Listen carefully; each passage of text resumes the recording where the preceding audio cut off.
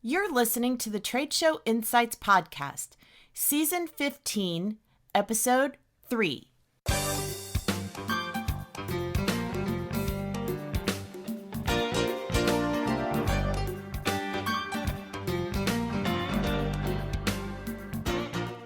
I'm your host and exhibit marketing strategist, Marlis Arnold, bringing you tools to improve your exhibit results.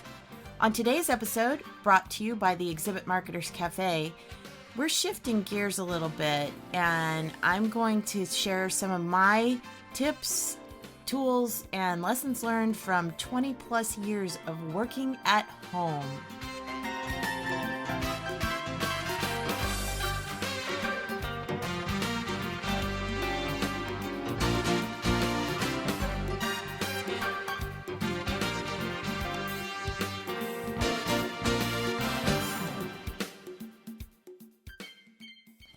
As one of my friends recently put it, our world has gone from zero to crazy almost overnight, and part of that may involve you working from home for the first time. That may feel very foreign and challenging to you, and that's understandable. Now, since I've spent most of my adult life working on my own at home, I want to share some of the lessons I've learned and am still learning. I've also got a number of tools to share, many of which are free, so be sure to check out the show notes for a link to that list, and we'll just keep evolving and adding to it.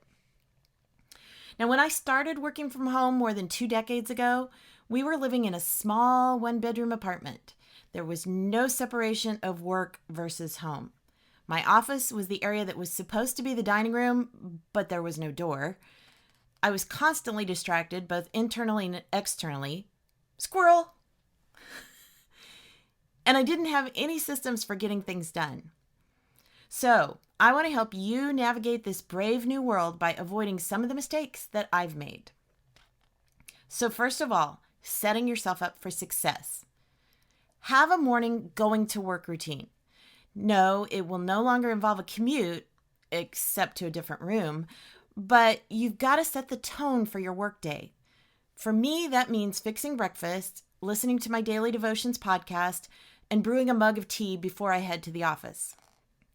Speaking of that, even if it's not a formal office space, you do need to carve out some kind of workspace. Unfortunately for me, for several years, that was often sitting on the couch with my laptop. Not recommended. So clear off your dining table, put up a folding table in a nook, or whatever it takes to have a space to call your own during your work time. Next, find your groove. Sure, a lot of people will tell you to jump in full force first thing each day. But for those of us who aren't morning people, sometimes you need to adjust what you do when. For example, I tend to schedule my more in-depth tasks for afternoons when I'm more focused and productive. I do more administrative type stuff in the mornings. You know, the kinds of things that don't require a lot of brain power. Plus, since I'm a night owl, sometimes I do a little bit more work late at night after my husband has gone to bed and there's no phone or email interruptions. Now, if you are more of a morning person, that might reverse for you, so you get up early to squeeze in a bit of work before everyone else gets up. Plan out your day and week ahead of time. I take a few minutes each weekend to map out a plan for the week, filling in any appointments, then assigning my projects to various days. Do I always stick to that exclusively? No, but it does function as an outline of tasks that need to be completed. Sometimes I'll skip ahead a day to knock out something simple at the end of a really brain-heavy day, or other times I have tasks that carry over.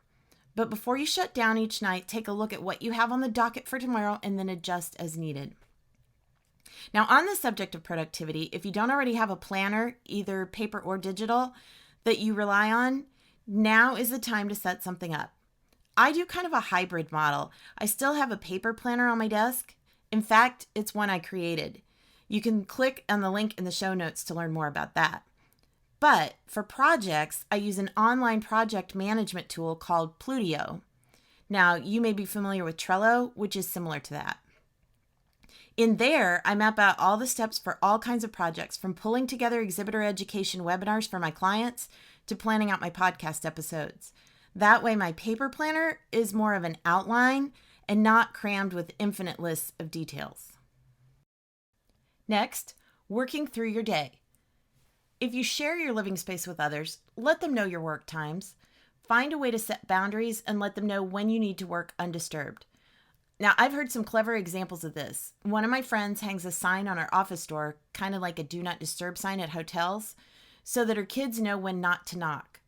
I also know of a man who puts on a shirt and tie before sitting at his kitchen table so that he sends a signal to his family that he's at work. Take breaks during the day. Now, I have to confess, this is one thing I still struggle with. Once I get on a roll with a project, I can work for hours without even standing up from my computer. So don't do what I do. Follow my husband's advice and take a break at least once per hour. There are even apps out there that will sound an alarm every time you should be taking a break. And right now, it's really a good idea to step away and do some exercise. You might even want to do dance breaks with your kids or something. You could also use these quick breaks as a time to start a load of laundry or dishes, but don't allow yourself to get sidetracked for an hour or two before getting back to work. Next, manage distractions. For years, I had a hard time with friends and family members who would call me at all times of day because they knew I'd be available. So I had to kindly let them know I wasn't just sitting around doing nothing and that it would be much better if they called later, say after 4 p.m. If you just can't resist answering, you may need to put your phone in airplane mode or leave it in another room, especially during that focused work time. Also on that, turn off notifications. You don't need those constant dings letting you know who's just posted on Facebook or something. Now, eat and stay hydrated. I'm pretty good at that last one. I keep a mug of tea and or water at my desk pretty much all day long. But as for regularly scheduled lunch, well, you know what I just said about taking breaks. So again, take a lesson from me, or rather listen to my husband, and stop for lunch. And no, that doesn't mean a candy bar or a couple handfuls of potato chips. Just saying. Now, shutting down and staying balanced. Admittedly, this is one of my biggest struggles, especially back when work was all around me 24/7. I tended to be on the computer checking email, doing research, or working on my next blog post all the time. My husband had to keep reminding me that tomorrow is another day, and unless I'm on deadline, the work can wait. It's much easier now that my office is in the basement. Once I come up for the night, I'm much less inclined to run back down just to send one email. Find an accountability buddy. Now, this can be either someone within your own company or simply a friend in the industry. There have been many times over the years where I've turned to a friend to help me focus on the right priorities or share my big wins. No, there may not be high fives in the hallway, but those virtual pats on the back still feel pretty great, especially now. Stay connected using whatever tools you can. We are so fortunate to live in a time where virtual connections are possible. For me as a solopreneur, these past few years, I've gotten very involved in a variety of online groups and can honestly say that some of my closest friends are people I first met online. There are a number of industry groups on LinkedIn and elsewhere that allow you to connect. And we have a weekly expo chat on Twitter for trade show industry professionals. You can learn more about that on the TSNN website. They're the expo chat sponsor. You can also pick up the phone and call one of your industry buddies. I'm putting in my planner each week to reach out to 4 or 5 people, either by phone or email.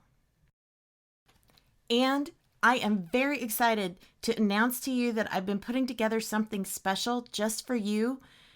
Virtual lunch in the Exhibit Marketers Cafe. Starting on Tuesday, March 24th at noon Central, we'll have the opportunity to come together to share tips and resources with each other, as well as providing some much-needed encouragement and accountability. It won't be all business, though. Just like in your office break room, we'll share recommended books to read, movies to watch, recipes to try. I mean, it is the cafe after all. And resources to keep the kids entertained and more. There's no charge to join our virtual lunch, and you don't need any special software. Simply go to exhibitmarketerscafe.com/lunch to learn more about how this will work. Remember the old saying that out of every crisis rises opportunity? We will get through this together. And in the meantime, if I can help with your transition to working at home, please don't hesitate to reach out. Above all, I want to use the tools that I have available to provide you with a community so we can all support each other and find ways to thrive during this change. So be sure to visit the show notes at tradeshowinsights.com for links to the tools and resources. Plus, go to exhibitmarketerscafe.com/lunch so that you can get ready to join us on Tuesday.